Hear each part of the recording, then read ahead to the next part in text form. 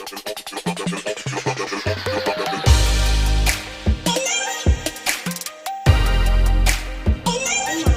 wabarakatuh.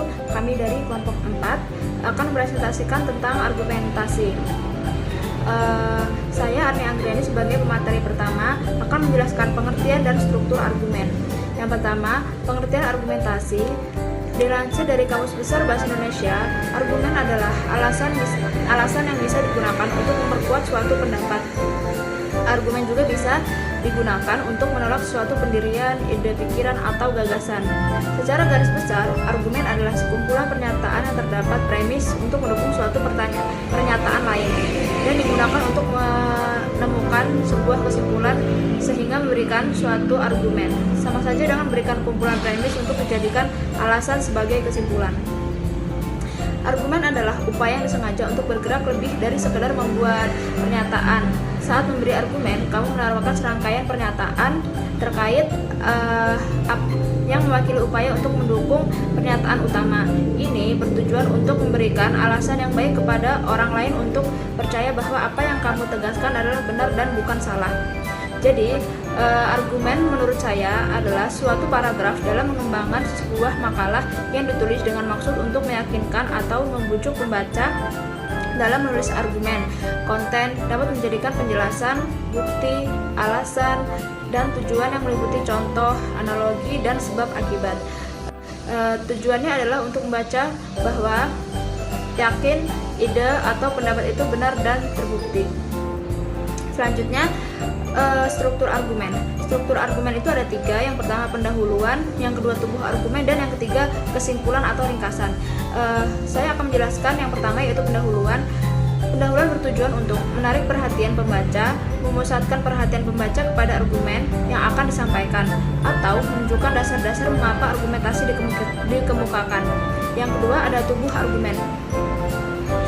Tubuh argumen yang ditunjukkan untuk membuktikan kebenaran yang akan disampaikan dalam argumen ayat bahwa kesimpulan juga benar. Kebenaran yang disajikan dalam tubuh argumen harus dianalisis, disusun, dan disajikan dengan menyelenggarakan observasi, eksperimen, penyusun fakta, dan secara yang logis berpikir.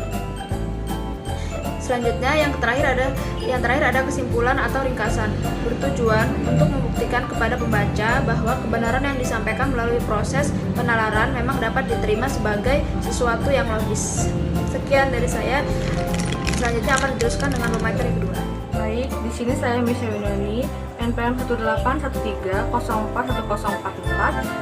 Di sini saya akan menjelaskan tentang mengenai macam-macam paragraf argumentatif. Paragraf argumentatif di sini yaitu ada 4.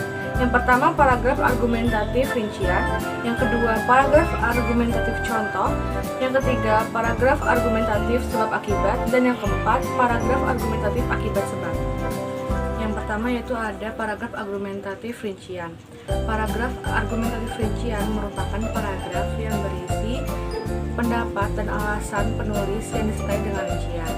Yang kedua yaitu paragraf argumentatif contoh.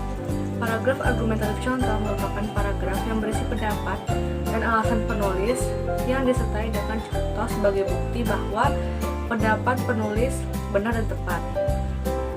Selanjutnya yang ketiga itu ada paragraf argumentatif sebab akibat. Paragraf argumentatif sebab akibat berisi tentang paragraf yang dikembangkan dengan menyampaikan terlebih dahulu sebab, kemudian dicari akibatnya. Yang keempat yaitu ada paragraf argumentatif akibat sebab. Paragraf argumentatif akibat sebab adalah paragraf yang dikembangkan dengan menyampaikan terlebih dahulu akibatnya, kemudian dicari penyebabnya. Selanjutnya di sini saya akan menjelaskan tentang kata penanda dan bentuk argumen. Kata penanda argumen. Kata yang menandai konjungsi argumentatif ialah jika, sebab, karena, demikian, akibatnya, dan oleh karena itu. Konjungsi ini menyatakan penandaan terhadap suatu hal.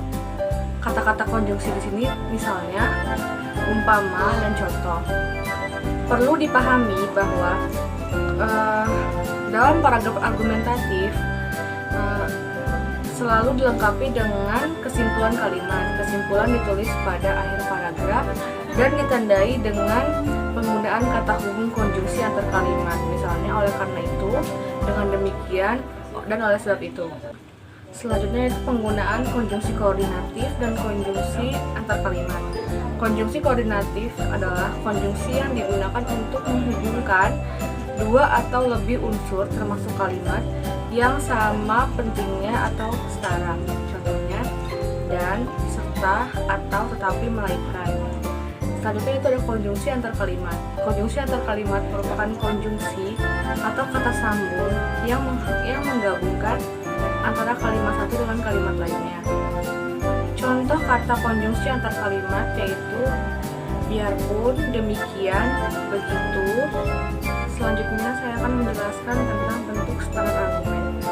Menurut Dahlan tahun 2012 menyatakan dalam bentuk standar argumentasi, penulis harus mengetahui secara jelas tentang subjek yang akan diteliti, sekurangnya mengenai prinsip-prinsip ilmiah. Bentuk standar argumen yaitu adanya dua premis dan satu kesimpulan. Contoh, dua premis. Premis pertama, Joni mendaftar pada KPU. Premis kedua, Joni adalah pemilih sah. Kesimpulannya, notasi yang digunakan untuk menandai kesimpulan bisa dengan